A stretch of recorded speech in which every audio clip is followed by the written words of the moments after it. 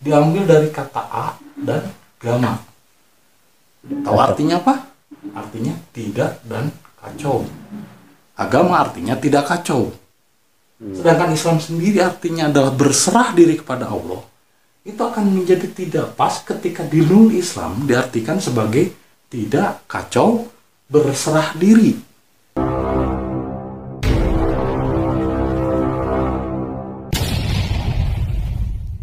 Dan video berikut. Jangan lupa like serta Assalamualaikum warahmatullahi wabarakatuh.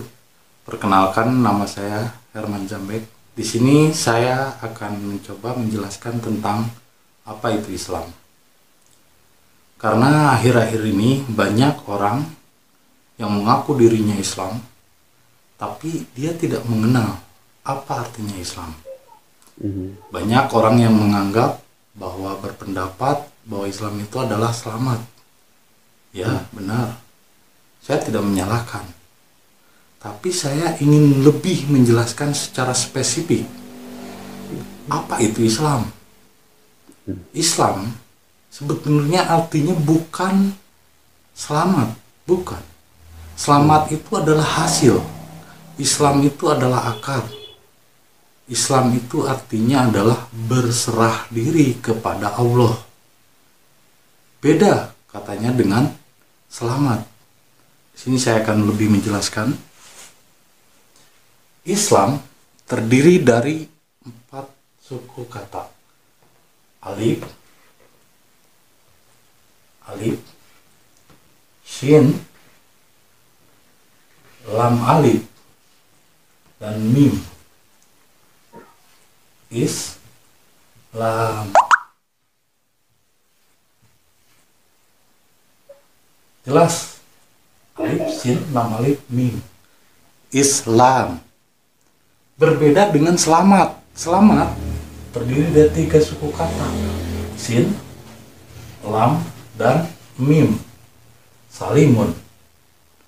Jadi, saya tidak menyalahkan bahwa Islam itu selamat, tapi selamat ini adalah hasil akhir. Sedangkan Islam adalah akarnya. Islam itu akar.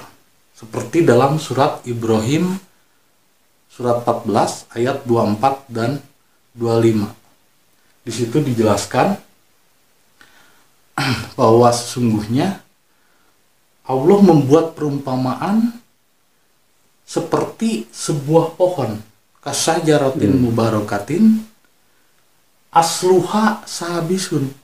Akarnya sangat menancap bumi, kuat, kokoh, dan paruha isama, dan batangnya mencapai ke langit. Waktu tiukulaha, dan memberikan buah. Nah, Islam ini asluha, dasar. Sedangkan selamat adalah buah, hasilnya. Jadi Islam itu bukan selamat, tapi Islam itu berserah diri kepada Allah, dan selamat adalah hasilnya. Kalau kita berserah diri kepada Allah, maka kita akan selamat di dunia dan di akhirat.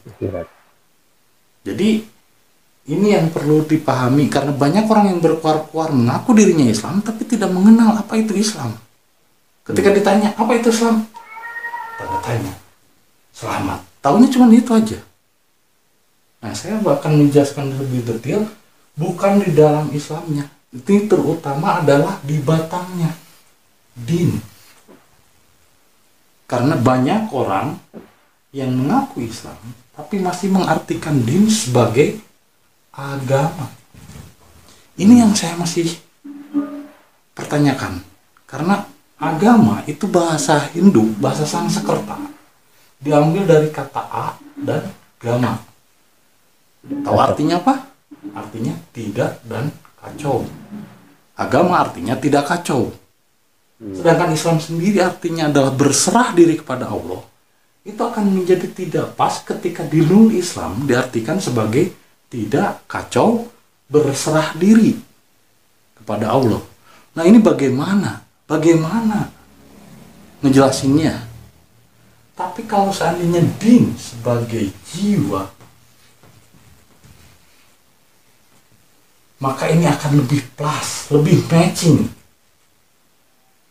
Coba seandainya dinul Islam diartikan sebagai jiwa yang berserah diri kepada Allah, itu akan lebih pas.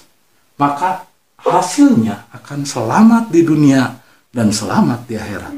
Tapi apabila din diartikan sebagai agama Islam, itu akan tidak nyambung, karena akan menjadi tidak kacau berserah diri kepada Allah. Nah, ini bagaimana jadi ngaco? Saya tidak pernah menyalahkan, terserah Anda mau memakai istilah agama, masih memakai istilah agama Islam, silahkan, itu hak Anda. Setahu saya, istilah ini muncul ketika ada seorang peran orang Yahudi Belanda bernama Dr. Snoek Halgranje.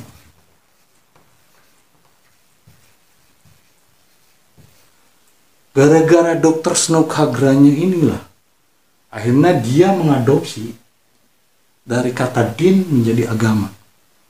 Sehingga apa yang muncul? Yang muncul adalah ego. Yang muncul adalah merasa aku paling benar.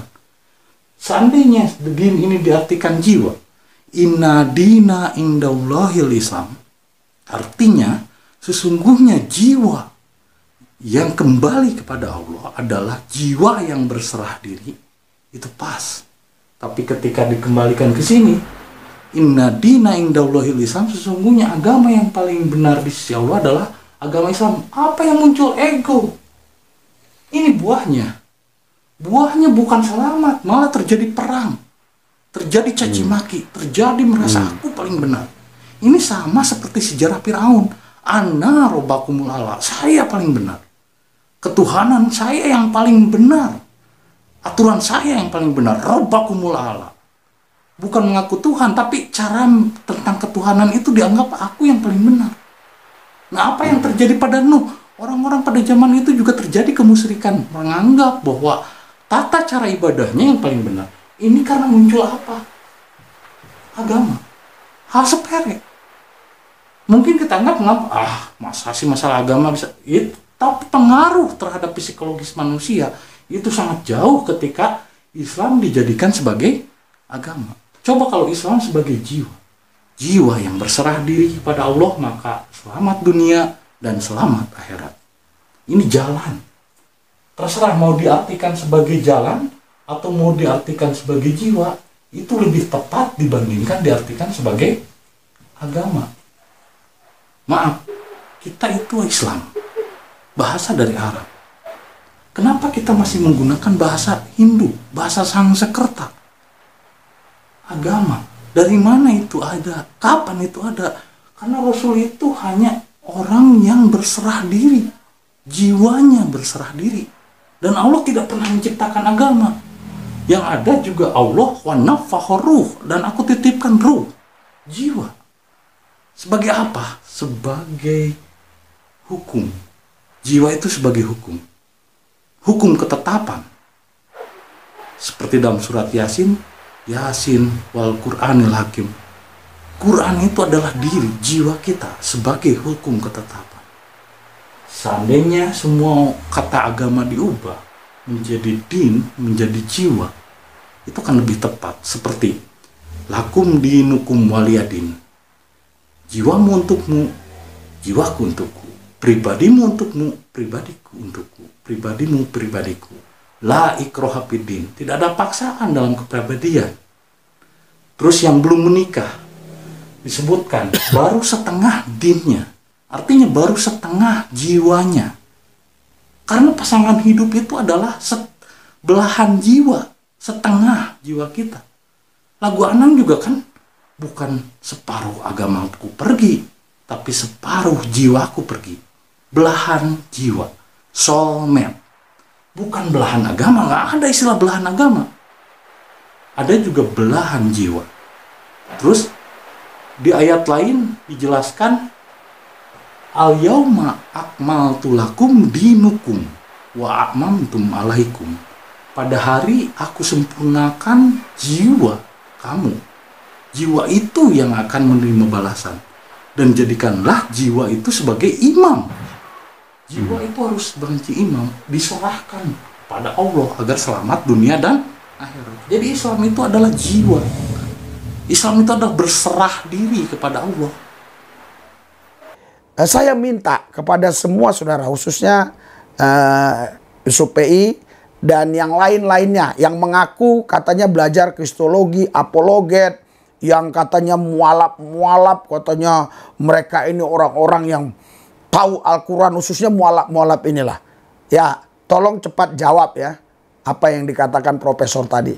Sangkal apa yang dikatakan profesor tadi. Oke, Tuhan Yesus berkati kita semua. Saya juga perlihatkan pelayanan kami ini. Banyak. Waduh, doakan ini jangan ada pohon yang bermasalah. Nah, oke. Puji Tuhan, kita sampai di kolong jembatan. Anak-anak sudah nunggu di sini. Makanan masih kita tinggalkan di mobil. Wah, puji Tuhan, bisa sampai kita saudara. Hujan lebat. Nah, sampai masker pun ketinggalan. Iya. Hujan lebat sekali. Oke, kita mulai. Pesta anak domba Allah, kita mulai. Biar cepat, kita mulai. Karena mereka pun sepertinya udah lapar juga ya. Udah lapar ya? Ada lapar? Tapi salam, tetap semangat, sehat, coronavirus mati. Haleluya. Kisah ini ceritanya begini saudara. Silas dan Paulus ini seorang pemberita Injil, pemberita kabar baik. Dia menyampaikan keselamatan di dalam Yesus. Dia menyampaikan tidak ada lain lagi keselamatan di luar Yesus, hanya di dalam Yesus. Tetapi karena pemberitaan Injil inilah Paulus dan Silas justru diadukan saudara kepada pemerintah yang berlaku pada zaman itu, pemerintah yang berkuasa. Akhirnya saudara, Paulus dan Silas ditangkap, dijebloskan penjara seperti seorang penjahat. Kakinya diborgol, tangannya diborgol, saudara. Tapi kalau kita tadi dengar baik-baik firman Tuhan yang saya bacakan, waktu mereka di dalam penjara, mereka bukan menangis, mereka bukan mengeluh, tapi mereka menyembah, memuji Tuhan. Haleluya, haleluya. Apa yang terjadi setelah mereka memuji Tuhan? Terjadi gempa. Kasih nasi aja, itunya kan bagi video. Bapak makan dulu. Ya oke, makan.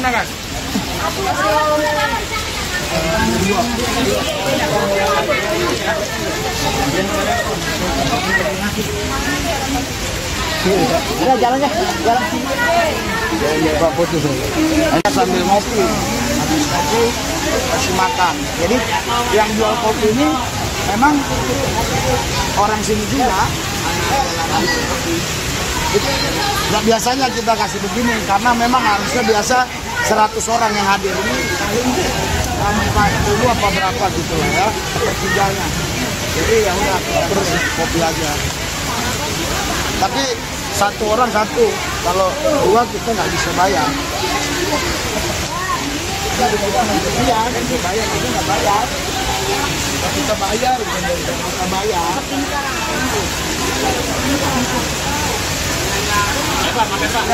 Satu dia, tidak ada berdua. Jadi kita manusia harus punya satu Tuhan di dalam kehidupan kita. Kalau dua Tuhannya, kita tidak akan bisa masuk surga. Amin.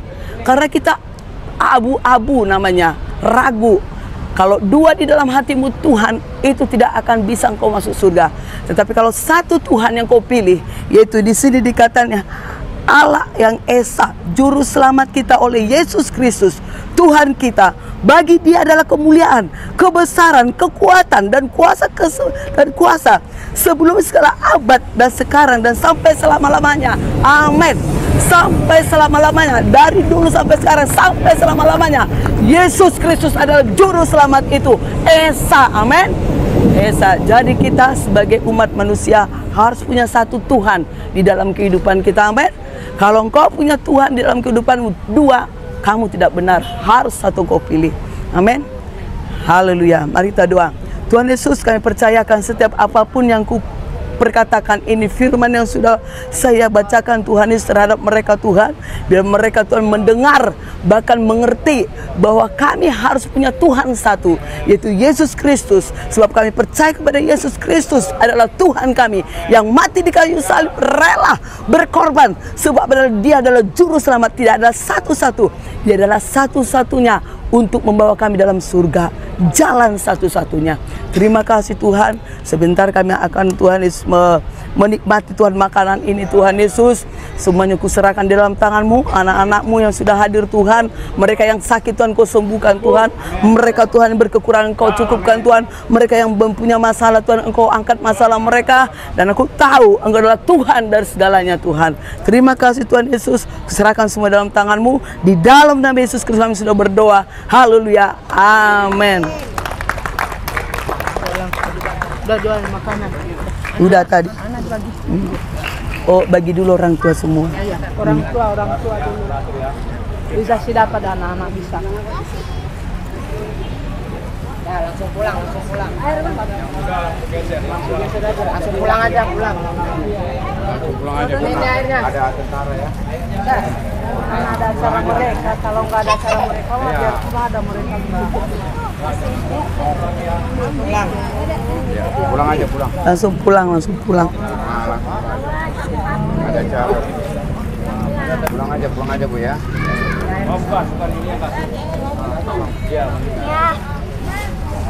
Jos, Pak, nanti di sini dulu ya, duduk dulu nanti ya.